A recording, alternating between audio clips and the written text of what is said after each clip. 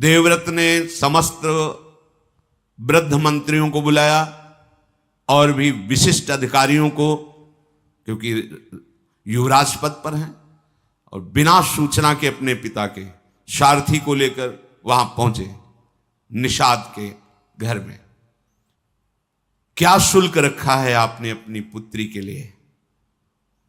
जो भी चाहोगे मैं तुम्हें दूंगा, पर मेरे पिताश्री के लिए तुम्हारी ये कन्या चाहिए। महाराज, वो तो स्पष्ट मैंने कह दिया था कि हमारी पुत्री के गर्भ से जो पुत्र होगा वही राज सिंहासन पर बैठेगा। बस अगर ये बात आप पूर्ण कर लें तो निषाद के ऐसा कहने पर समस्त मंत्रियों और राज पदाधिकारियों के सामने कहा कि मैं अपने पिता का मनोरथ पूर्ण करने के लिए ये प्रतिज्ञा करता हूं कि कभी राज सिंहासन पर नहीं बैठूंगा। युवराज पद पर हूं तो जीवन भर सिंहासन की रक्षा करूंगा, और जो तुम्हारी पुत्री से पुत्र होगा वही राज सिंहासन पर, यह मैं प्रतिज्ञा करता हूं।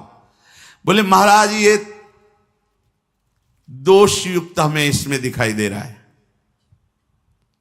क्योंकि आज तक कोई ऐसा पुरुष पैदा नहीं हुआ कि आपका विरोध सह सके। तो आप तो ऐसा बोल गए, लेकिन जब आप ब्याह करेंगे और आपका पुत्र पैदा होगा तो उसने तो संकल्प नहीं किया, वो तो मार के गिरा देगा और सिंहासन पर बैठेगा। जब उसे पता चलेगा कि आप युवराज पद पर थे और ऐसा हुआ तो बर्दाश्त नहीं करेगा।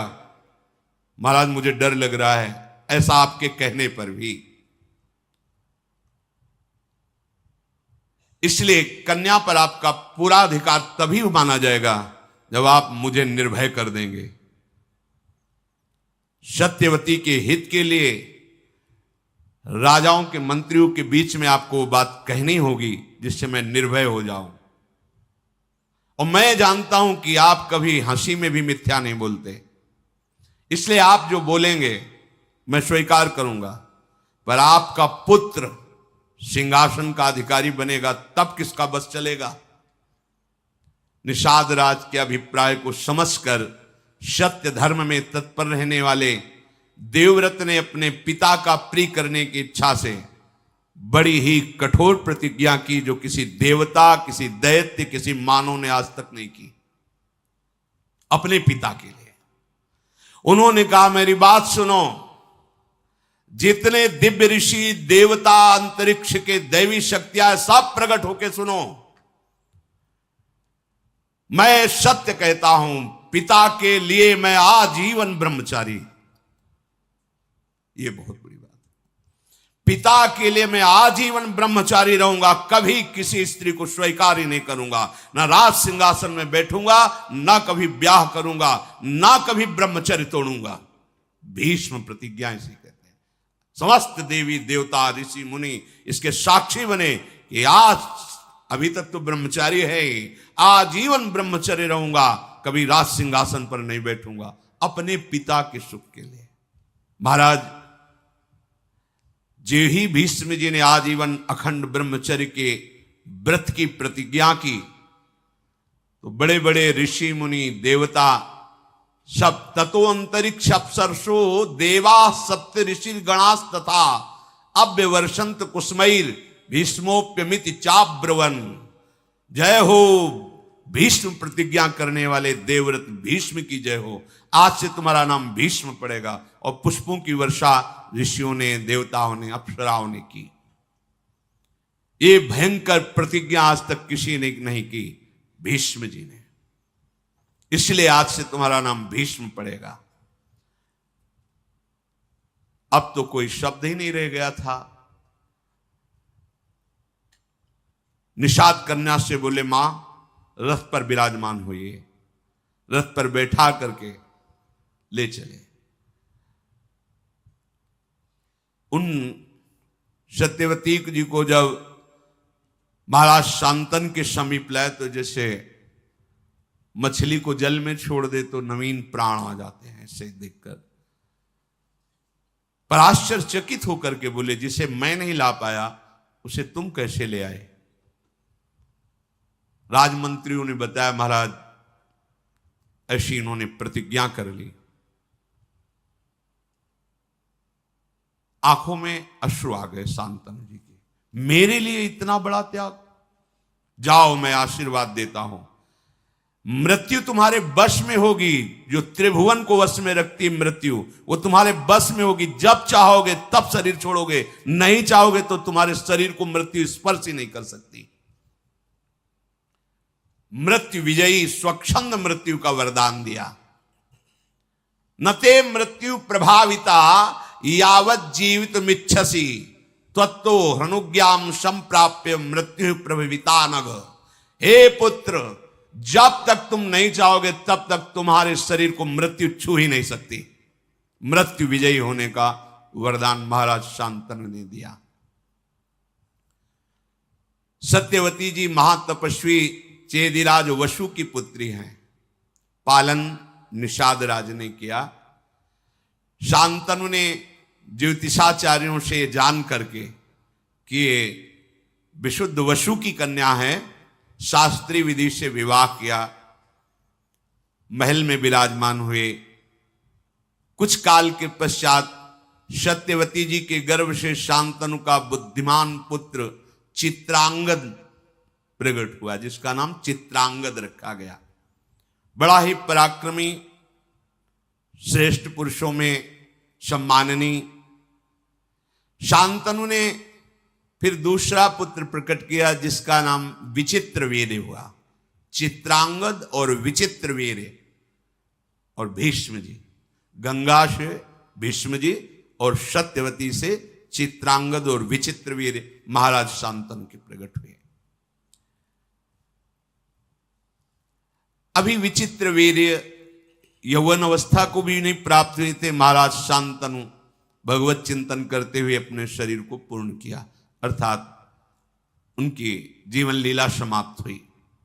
शांतनु के शरीर छोड़ने के बाद सारा का सारा भार भीष्म जी के ऊपर, क्योंकि अभी बालक ही थे।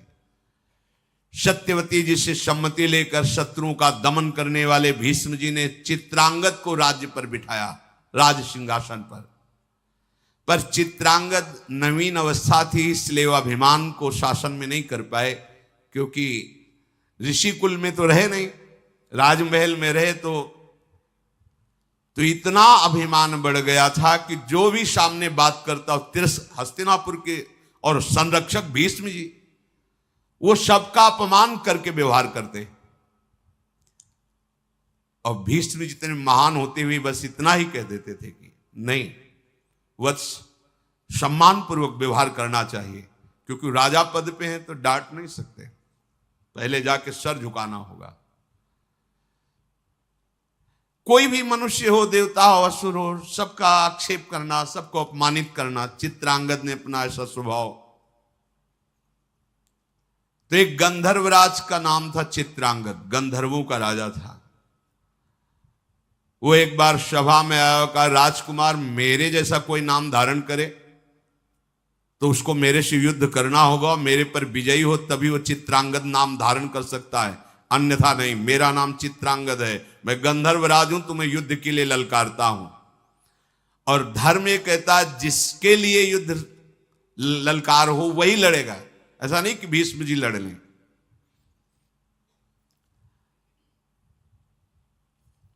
सभा से सम्मति पास हुई और कुरुक्षेत्र में चित्रांगद राजकुमार और गंधर्वराज चित्रांगद का युद्ध हुआ। अब वो माया युद्ध का स्वामी चित्रांगद, जो गंधर्वराज है, मार डाला चित्रांगद राजकुमार को। कुछ नहीं कर सकते, क्योंकि द्वंद्व युद्ध है। ऐसा नहीं कि उसमें बचाव पक्ष या भीष्म जी अस्त्र चला दे, नहीं, धर्म कहता है ऐसा। अगर द्वंद्व युद्ध में जिसको ललकारा गया है और उसने ललकार स्वीकार किए तो वही निर्णय करेगा, वो मारे गए। अब तो हस्तिनापुर में बड़ी शोक की लहर छा गई। चित्रांगद के मारे जाने पर शांतनुनंदन भीष्म जी ने उनकी अंत्येष्टि क्रिया कराई। विचित्रवीर अभी बालक ही थे, पर सत्यवती जी से सलाह करके मंत्रियों से उनको राज सिंहासन पर अभिषेक किया, राजा के पद पर विराजमान किया। भीष्म जी आज्ञा के अधीन रह करके सिंहासन की पूर्ण रक्षा, बैठे केवल वो बालक ही तो हैं। चित्रांगद के मारे जाने पर विचित्रवीर्य अभी बहुत छोटे थे, पर राज्य का भार अर्थात सिंहासन पर उन्हें विराजमान किया गया। भीष्म जी रक्षा करते। अब धीरे धीरे नवकिशोर अवस्था आई। सत्यवती जी ने कहा कि भीष्म, इनके ब्याह की व्यवस्था तुम्हें करनी पड़ेगी, क्योंकि प्रायः ये बात थी कि निषाद कन्या से महाराज शांतनु ने ये पुत्र प्रकट किए, तो जैसे कोई बड़े बड़े राजा लोग स्वयंवर करते तो प्रायः निमंत्रण आदि के लिए। भीष्म जी से सत्यवती जी ने कहा कि इनके ब्याह की व्यवस्था करनी होगी। गुप्तचरों ने बताया कि काशी में स्वयंवर की रचना हो रही है। काशी राज की तीनों कन्याएं स्वयंवर में वर का वरण करेंगी। भीष्म जी ने माता सत्यवती से कहा कि मुझे ही जाना पड़ेगा। आज्ञा ली। महारथियों में श्रेष्ठ शत्रु विजयी भीष्म अकेले सारथी को लेकर के वाराणसी पहुंचे और स्वयंवर सभा में जब प्रवेश किया तो बहुत से राजा बैठे हुए थे। सब देख के तालियां बजा के हंस दिए, वाह बाल ब्रह्मचारी, अब ब्याह का मन हुआ है, क्योंकि स्वयंवर में तो वही आएगा जिसका ब्याह का।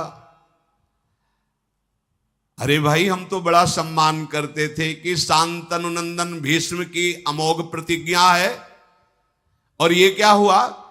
ये तो यहां स्वयंवर में ब्याह करने के लिए आ गए। और खूब हंसी मजाक राजाओं ने।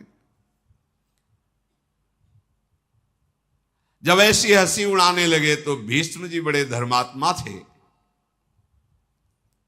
कहा कि तुम लोगों की निर्लज्जता से हमें कोई फर्क नहीं पड़ता है, तुम व्यर्थ में उपहास मत करो।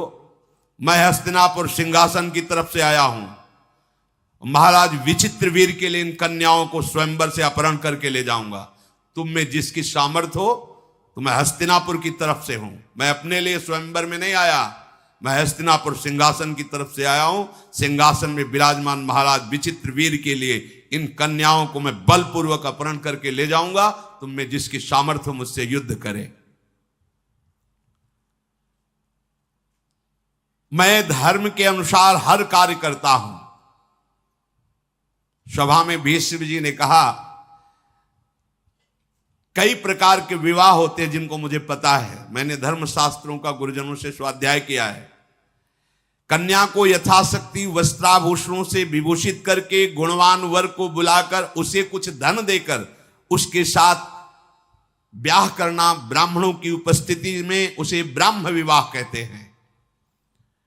और धन नियत करके कन्यादान करना, धन ले करके कन्यादान करना, उसे आसुर विवाह कहते हैं। बलपूर्वक कन्या का अपहरण करना, उसे राक्षसी विवाह कहते हैं। और वर और कन्या की ही परस्पर केवल अनुमति से विवाह होना गांधर्व विवाह कहलाता है। अचेत अवस्था में पड़ी हुई कन्या को उठा ले जाना और विवाह कर लेना, उसे पिशाच विवाह कहते हैं। कुछ लोग वर और कन्या को एकत्र करके स्वयं उनसे प्रतिज्ञा कराते हैं कि हम दोनों गारस्थ धर्म का पालन करेंगे। फिर कन्या का पिता दोनों की पूजा करके अलंकार युक्त कन्या का वर के लिए दान करता है। ये प्राजापत्य विवाह कहलाता है। कुछ लोग आर्ष विधि करके ऋत्वज को कन्या देते हैं। इस प्रकार विवाहित होने वाले दैव विवाह की रीति से वो पत्नी प्राप्त, इसे दैव विवाह कहते हैं। ये 8 प्रकार के विवाह का वर्णन मैंने किया। मुझे धर्म का ज्ञान है। क्षत्रिय स्वयंवर की प्रशंसा करते हैं और स्वयंवर में बलवान राजा जबरदस्ती उन राजकुमारियों का अपहरण करके ले जाए, ऐसी विधान है। इसलिए धर्म के अनुसार मैं इन कन्याओं का अपहरण करता हूं अपने महाराज विचित्रवीर के लिए। ऐसा नहीं कि धर्म के विरुद्ध आचरण का। भूमि पालो, तुम लोगों की भुजाओं में यदि बल हो तो मुझे पराजित करो और इन कन्याओं को छीन लो। केवल हंसी मजाक करने से बात नहीं होती। मैं युद्ध के लिए संपूर्ण राजाओं को एक साथ निमंत्रण देता हूं कि इन 3 कुमारियों को बैठा लिया, अब जिसकी भुजाओं में बल हो, मैं अकेले हूं, छुड़ा लो। भीष्म जी की बात सुनकर जितने वहां कन्या को प्राप्त करने के लिए राजा राजकुमार आए थे, सबने अपने अपने कवच बांधने शुरू किए। भुजाओं में ताल ठोक करके भीष्म जी से लड़ने के लिए चले। जल्दीबाजी में कोई इधर कवच बांध रहा है, कोई उधर कवच बांध रहा है, मानो आकाश मंडल से तारे टूट पड़ रहे हो, ऐसे राजा चमकते हुए मुकुट, धनुष बाण भीष्म जी को घेर लिया। क्रोध में भर करके, भवें टेढ़ी करके चारों तरफ से ऐसे बाण वर्षा करने लगे जैसे वर्षा में पानी की बूंदें गिरते हैं। भीष्म जी ने दिव्यास्त्र के द्वारा सब बाणों को भस्म कर दिया। रोंगटे खड़े हो गए राजाओं के। एक साथ इतने राजाओं का आक्रमण। संपूर्ण शस्त्रधारियों में श्रेष्ठ भरत कुल भूषण भीष्म जी ने क्षण भर में समस्त योद्धाओं को पराजित कर दिया। कन्याओं को साथ लेकर राजधानी हस्तिनापुर की तरफ प्रस्थान किया। पीछे से आवाज आई, भीष्म रुको। तो मुड़ करके देखा तो महारथी शाल्व पीछे से ललकार रहा था। शाल्व का शारीरिक बल असीम था। बलवानों में महाबलवान साल्वराज उन 3 कन्याओं में से बड़ी कन्या जो अंबा थी, उससे पहले से इनकी मित्रता थी और यह निश्चय हुआ था कि स्वयंवर में वरण इन्हीं का होगा। भीष्म जी को कुछ पता नहीं था, उन्होंने तो अपहरण कर लिया। शत्रु सेना का संहार करने वाले भीष्म जी ने ललकार सुनी, रथ मोड़ दिया। बड़ा भयंकर युद्ध हुआ शाल्व का और भीष्म जी का। महारथी भीष्म जी ने क्षत्रिय धर्म का आश्रय लेकर शाल्व से युद्ध प्रारंभ किया। शाल्व ने भीष्म जी के ऊपर बड़े अस्त्रों का संधान किया, पर आश्चर्यचकित कर देने वाली बात, एक भी अस्त्र भीष्म जी का स्पर्श नहीं कर पा रहा, पहले ही भीष्म जी उसको नष्ट कर देते। युद्ध में ऐसी फुर्ती कहीं देखी नहीं गई जैसी भीष्म जी के अंदर। शांतनु नंदन भीष्म जी ने शाल्व से कहा, खड़ा रहे। तो उसके सारथी को मारा, उसके घोड़े को मारा, और जैसे पक्षीराज गरुण सर्प को दबोच लेते हैं, ऐसे शाल्व को बड़ा पराक्रमी शाल्व। भीष्म जी ने उसे घुटने के बल करके कहा, जा तेरे प्राण छोड़ता हूं, आवाज मत कर, वापस चला जा। इंदास्त्र के द्वारा उसको मूर्छित करके सावधान करके, जा प्राणदान करता हूं, तुझे मारूंगा नहीं। शाल्व निराश होकर के चला गया। शत्रु नगर पर विजय पाने वाले भीष्म जी महाराज उन कन्याओं को लेकर के हस्तिनापुर में प्रवेश किया। काशीराज की कन्याओं को जैसे अपनी छोटी बहन को लेकर जाया जाता, ऐसे भीष्म जी लेकर गए। विचित्रवीर्य अभी पूर्ण यौवन अवस्था को भी प्राप्त नहीं हुए थे। भीष्म जी के पराक्रम द्वारा हर कर लाई हुई सर्व सद्गुण संपन्न कन्याओं को लाकर सत्यवती जी से कहा, स्वयंवर से जीत कर लाए और विचित्रवीर्य के साथ इनका पाणी ग्रहण करो। जब विचित्रवीर्य के साथ विवाह की तैयारी होने लगी तो अंबा ने कहा कि महाराज भीष्म से कि मैंने तो समझा था तुम महावीर अपहरण अपने लिए कर रहे हो, मैं इनके लिए नहीं हूं। तुम अपहरण करके लाए हो, तुम स्वीकार कर सकते हो, अन्यथा मैं तुमसे प्रार्थना करती हूं कि शाल्व नरेश से मेरा मन राजी था और स्वयंवर में मैं उसी का वरण करती। आपने गलत कर दिया। यदि आप वरण करो तो आप हरण करके लाओ, आपका अधिकार है। अगर आप वरण नहीं करते तो मैं फिर स्वेच्छा से इसको स्वीकार नहीं करूंगी। मैंने साल्वराज का वरण किया था। धर्मज्ञ भीष्म जी ने ये बात जब सुनी तो भीष्म जी ने कहा, मुझे पता नहीं था। ब्राह्मण मंडली बुलाई, सुंदर रथ पे बैठाला और कहा, इनको सम्मान के साथ सालों के पास ले जाओ। स्वयं धर्म के ज्ञाता थे, अब जो शेष दो कन्याएं बची, अंबिका और अंबालिका, भीष्म जी ने शास्त्रोक्त विधि के अनुसार विचित्र वीर के साथ पाणी ग्रहण, वो बहुत प्रसन्न हुई। विचित्र वीर्य समझ नहीं पाए कि कैसे गृहस्थ धर्म में चला जाता है। नवीन अवस्था थी और वो सुंदरी कन्याएं जो पत्नी के रूप में मिली, विचित्र वीर्य अश्विनी कुमार के समान सुंदर थे। वो कन्याएं भी सुखी हुई कि चलो हमें ऐसा पति मिला, चक्रवर्ती सम्राट पद पे हैं। पर महाराज वो एकांत सेवन में ही अपना समय नष्ट करने लगे। विचित्र वीर्य उन दोनों पत्नियों के साथ वर्षों तक एकांत में ही रहे। इससे क्या हुआ, असंयम के कारण रागक्षमा रोग हो गया। अधिक स्त्री संयोग के कारण एकांत स्थान में वो ये समझ नहीं पाए कि गृहस्थी धर्म की भी कला है। ऐसे नहीं कि आप असंयमित होकर व्यवहार करें, नहीं, शास्त्र मर्यादा के अनुसार चले। इसीलिए पहले गुरुकुल भेजा जाता था, गुरुजनों से शास्त्र स्वाध्याय, फिर गृहस्थ में जाया जाता था। ब्रह्मचर्य जीवन है, ब्रह्मचर्य त्याग ही मृत्यु है। जो ब्रह्मचर्य का खिलवाड़ करते हैं गृहस्थ धर्म में, ऐसा नहीं कि आप जैसा चाहो वैसा बर्ताव करो, ऐसा नहीं, एक संयम है। ब्रह्मचर्य ही जीवन है और ब्रह्मचर्य नाश ही मृत्यु है। ये चक्रवर्ती सम्राट पद पर है, किसी भी तरह की कोई असुविधा नहीं। राज वैद्यों के द्वारा इनका भोजन परीक्षण करके ही भेजा जाता है। ऐसे पवित्र और सुंदर वंश में प्रकट हुए, ऐसे कामासक्त हो गए कि जिस दिन से ब्याह हुआ एकांत सेवन ही और राजक्षमा रोग उनको हो गया। अब तो बड़े विश्वसनीय वैद्यों ने पूरी चेष्टा की राजक्षमा निवारण की, पर नहीं हो पाई।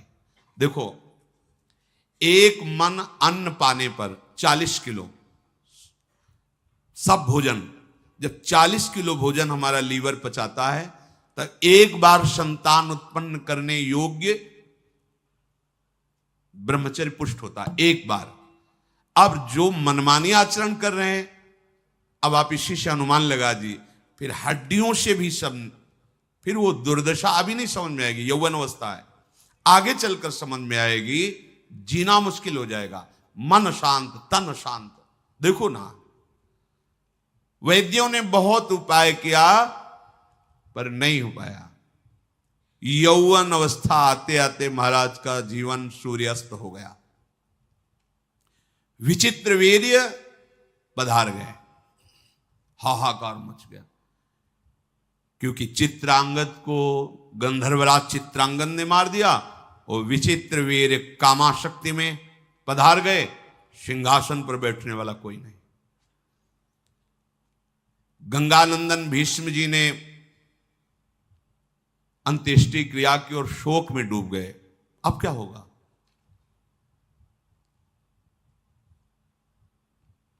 सत्यवती जी भीष्म जी से कहा, बेटा जो मैं बात कहने जा रही हूं हो सकता है तुम्हें पसंद ना हो, पर मेरी आज्ञा, धैर्यपूर्वक सुनना।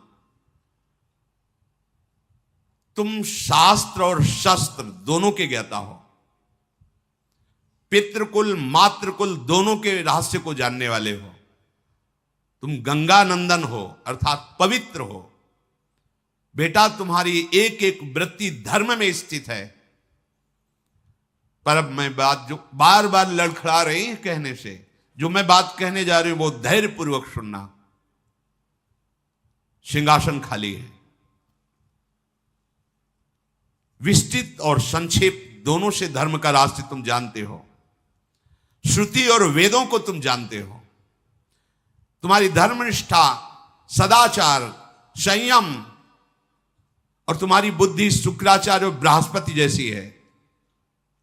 इसलिए धर्मात्माओं में श्रेष्ठ भीष्म, तुम्हें मैं जिस कार्य में लगाना चाहती हूं, कहने में संकोच हो रहा है, पर मैं आशा करती हूं मेरी आज्ञा का पालन करोगे।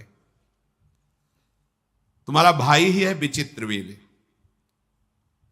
छोटी अवस्था में शरीर छूट गया, कोई पुत्र नहीं हुआ, ये दोनों सुंदरी राजकुमारियां जो विचित्रवीर की पत्नी बनी, अभी युवावस्था को है। भारत हमारे कुल की संतान परंपरा को सुरक्षित रखने के लिए तुम्हें मेरी ये बात माननी है कि इनके गर्भ से पुत्र उत्पन्न करो, क्योंकि तुम मेरे बेटा ही हो। पिता और माता दोनों का अधिकार होता है। पिता शांतनु, तुम्हारी मां गंगा, तो उन्हीं के समान मैं हूं। सत्यवती जी ने कहा, महाबाहो विचार करके ये धर्म कार्य है, तुमको ऐसा करना चाहिए। अभिषेक कराओ, सिंहासन पर विराजमान हो और आगे के लिए संतान उत्पन्न करो। बड़े बड़े विद्वानों मंत्रियों के बीच में सत्यवती जी ने ऐसी बात कही। धर्मात्मा भीष्म जी ने कहा, मां तुम्हारा कहना बनता है, परंतु मैं राज्य के लोभ से क्या बात, मैं कभी जीवन में अपने ब्रह्मचर्य को खंडित नहीं कर सकता। तीनों लोगों का राज्य प्राप्त हो रहा तो भी मैं तिलक नहीं लगवा सकता सिंहासन के लिए। जो प्रतिज्ञा की किसी भी स्थिति में नहीं तोड़ सकता। तीनों लोगों का राज्य, देवताओं का साम्राज्य और समस्त सुख एक साथ मेरे सामने आ जाए तो भी मेरी सत्य प्रतिज्ञा को तोड़ दे असंभव, ऐसा नहीं हो सकता। मैं प्राण त्याग सकता हूं, सत्य को नहीं। यह महाभागवत की स्थिति, सत्य को नहीं। पृथ्वी अपना गंध छोड़ सकती है, जल अपने रस को छोड़ सकता है, तेज रूप को, वायु स्पर्श को, लेकिन भीष्म अपनी प्रतिज्ञा को नहीं। सूर्य की गति बदल सकती है, अग्नि शीतल हो सकता है, चंद्रमा शीतलता का त्याग कर सकता है, इंद्र का पराक्रम फीका पड़ सकता है, धर्मराज धर्म की उपेक्षा भी कर दे तो भी भीष्म अपनी प्रतिज्ञा को कदापि नहीं तोड़ेगा। माता हस्तिनापुर का क्या, चाहे संसार का नाश हो जाए, मुझे अमरत्व मिले, त्रिलोकी का राज्य मिले,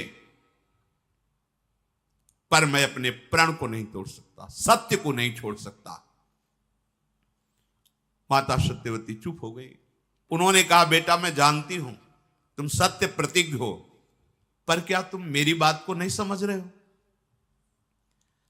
परंतु अगर मेरी बात को समझ रहे हो तो कोई तो उपाय होगा। तुम सिंहासन पर नहीं बैठोगे, वहां पुत्र है नहीं, अब होगा क्या आगे?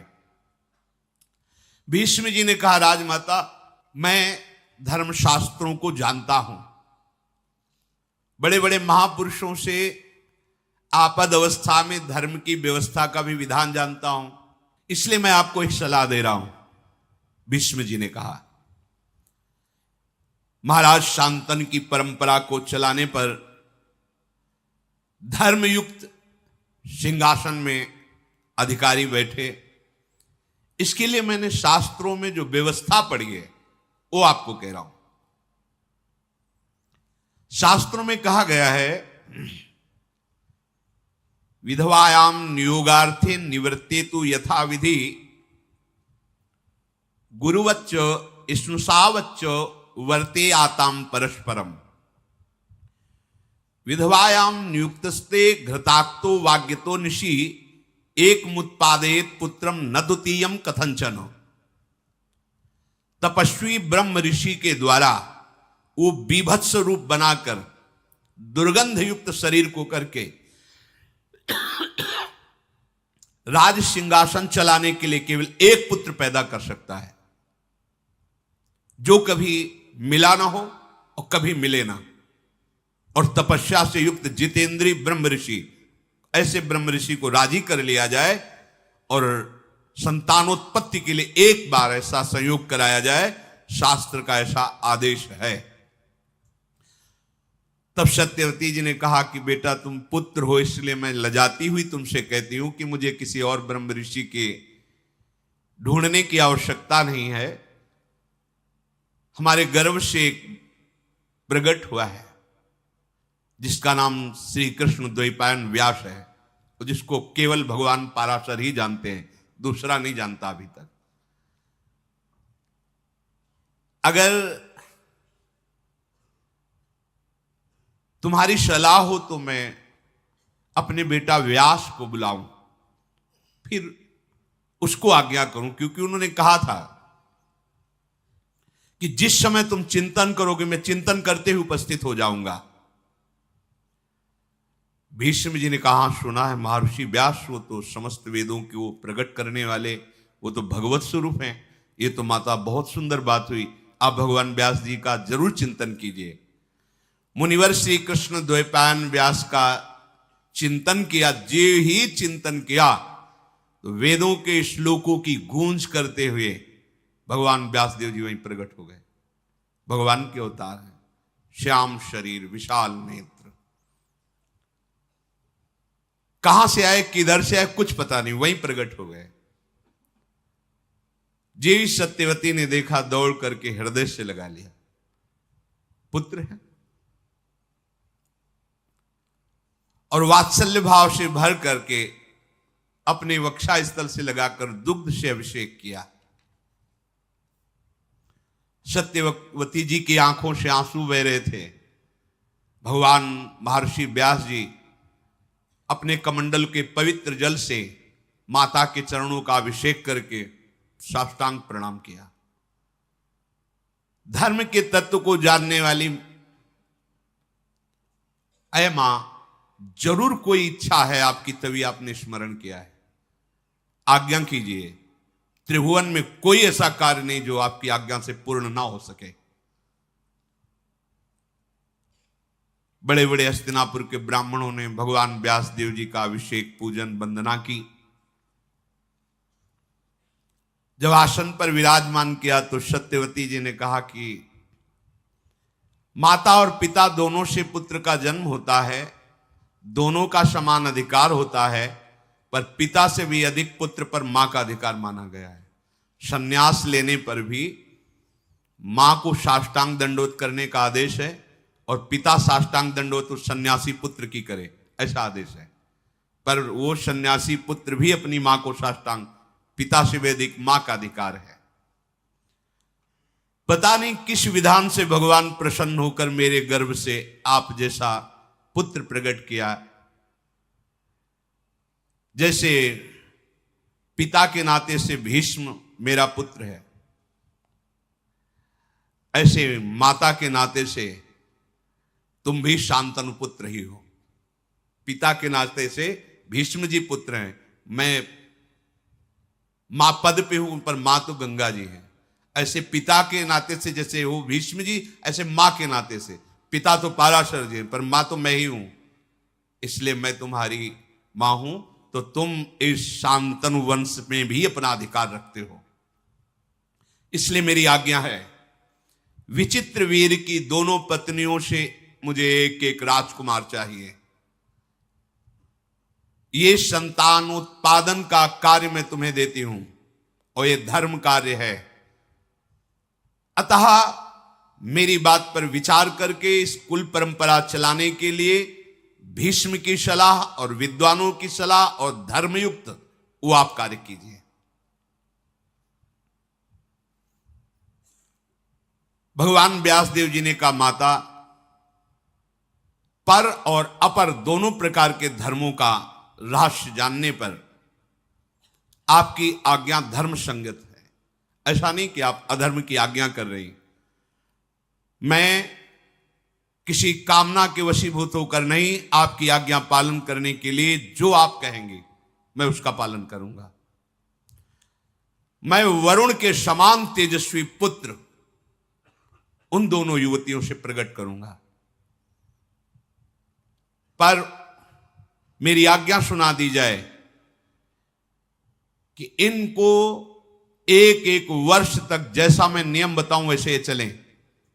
सत्यवती जी ने कहा, ये सब बातें बंद करो, मुझे एक वर्ष नहीं, मुझे अभी गर्भ चाहिए।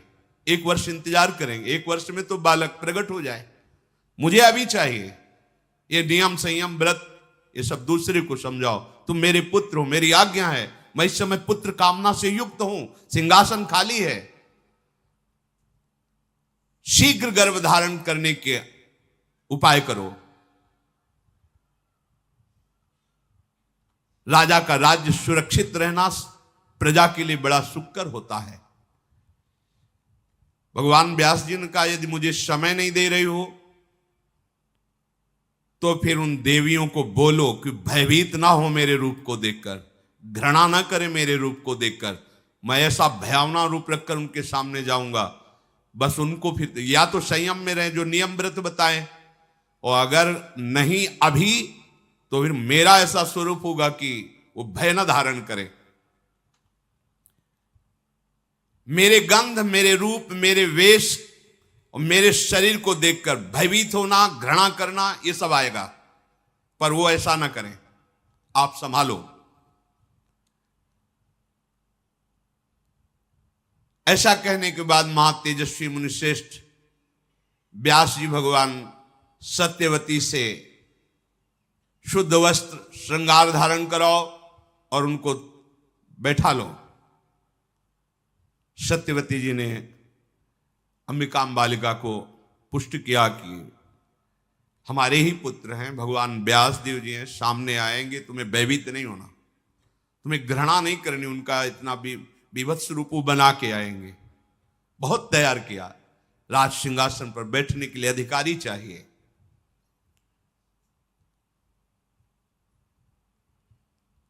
तुम इस भरत वंश का उद्धार करने के लिए इतना मन में हिम्मत रखना कि भगवान व्यास जी के प्रति कोई घृणा भाव या भय भाव ना आने पावे।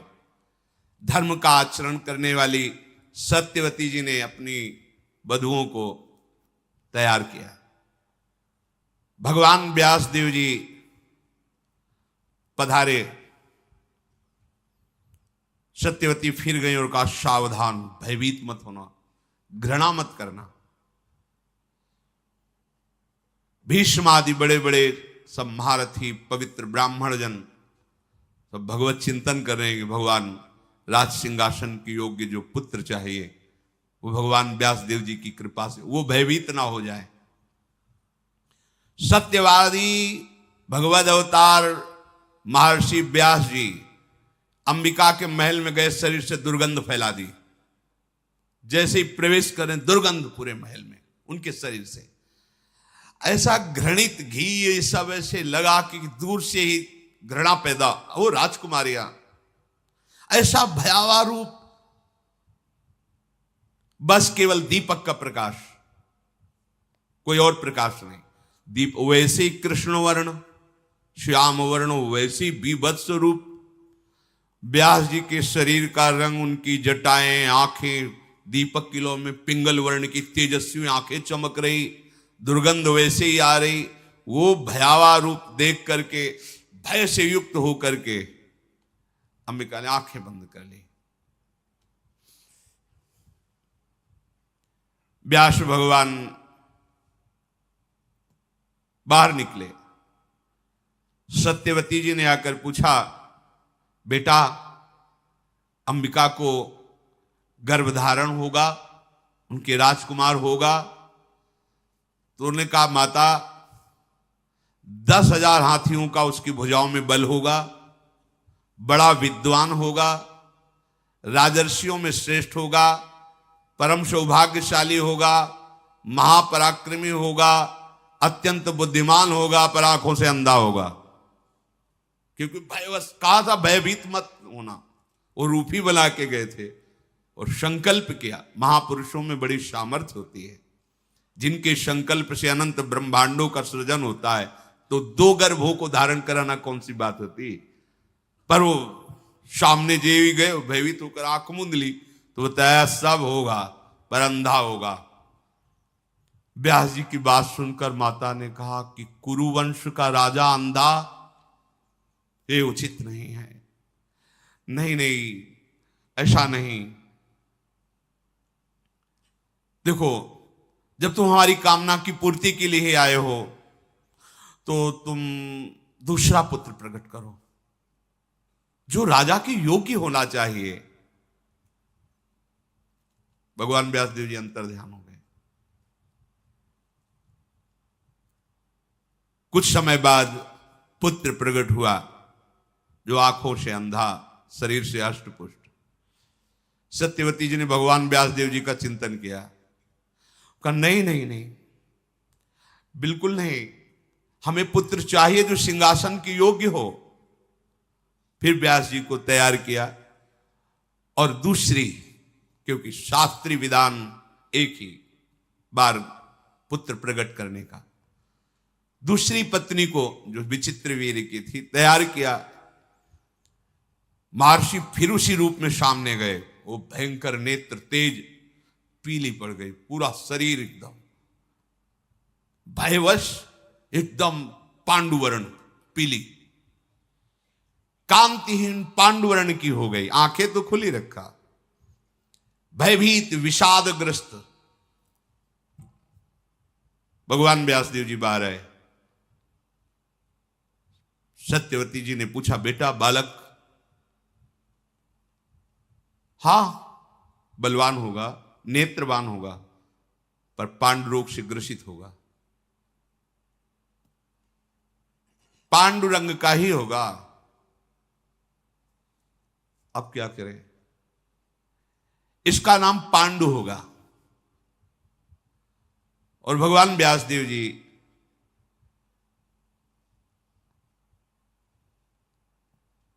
देखो, भगवान की लीला का स्वरूप पहले से संबोधन कर रहे थे, भय मत करना, घृणा मत करना, वैसा स्वरूप सत्यवती जी ने भगवान व्यासदेव जी से कहा, एक और पुत्र प्रकट कर दो। तो उनका मां धर्म के विरुद्ध नहीं, तो उनका बेटा, मां का आदेश सब धर्मों के ऊपर होता है। समझो मेरी बात, मां का तो इतनी सामर्थ्य होती है ना, वो सर्व धर्मों को प्रकट करने वाली है, इसलिए तुम मेरी बात मानो। महर्षि ने कहा, यद्यपि एक ही पुत्र का शास्त्र आदेश करता है, दो पत्नियां थी, दोनों के पुत्र हो गए, पर आप अपने मातृ धर्म के बल पर हमें आदेश करती हैं, तो तथास्तु, हमने वचन दिया, जैसी आप आज्ञा करोगी वैसा हम पालन करें। बड़ा बल होता है माता की आज्ञा में। भगवान शंकराचार्य जी जब सन्यास लेने के लिए, तो माता की अनुमति के बिना सन्यास नहीं लिया जाता। जाओ, वो भले दुखी मन से कहे, पर उसकी शब्दावली होनी चाहिए, आज्ञा होनी चाहिए। माता ने आज्ञा ही नहीं दी, तो भगवान शंकराचार्य जी ने एक लीला रची। गंगा स्नान करने गए तो माया से मगरमच्छ प्रकट कर दिया। वो भगवान शंकराचार्य जी को बोले, माँ माँ मगरमच्छ खा रहा है। अब वो वयो वृद्धा थी, उनका बेटा कैसे बचोगे? बोले सन्यास के लिए हाँ कह दो तो ये छोड़ देगा। बोले हाँ ले लेना बेटा सन्यास। मगरमच्छ अंतर ध्यान, अनुमति हो गई। बाहर निकली, उनका बेटा हमारी आज्ञा है, कोई दूसरा है नहीं। जब शरीर पूरा हो तो अंत्येष्टि क्रिया तुम्हारे हाथ से होनी चाहिए। बोले वचन दिया।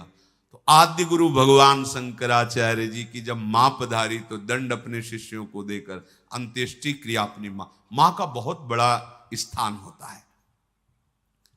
महर्षि भगवान व्यास देव जी ने तथास्तु, जैसा तुम चाह रही हो वैसा ही करेंगे। अंबालिका ने समय आने पर पांडुवर्ण के पुत्र को जन्म दिया, जो दिव्य कांति से उद्भासित हो रहा था।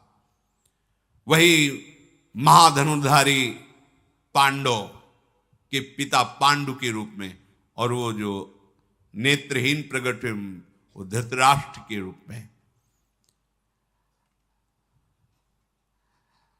अब जब अंबिका को फिर कहा कि भगवान व्यासदेव जी पधारेंगे, पहले ही भयभीत होकर आंख बंद कर ली थी।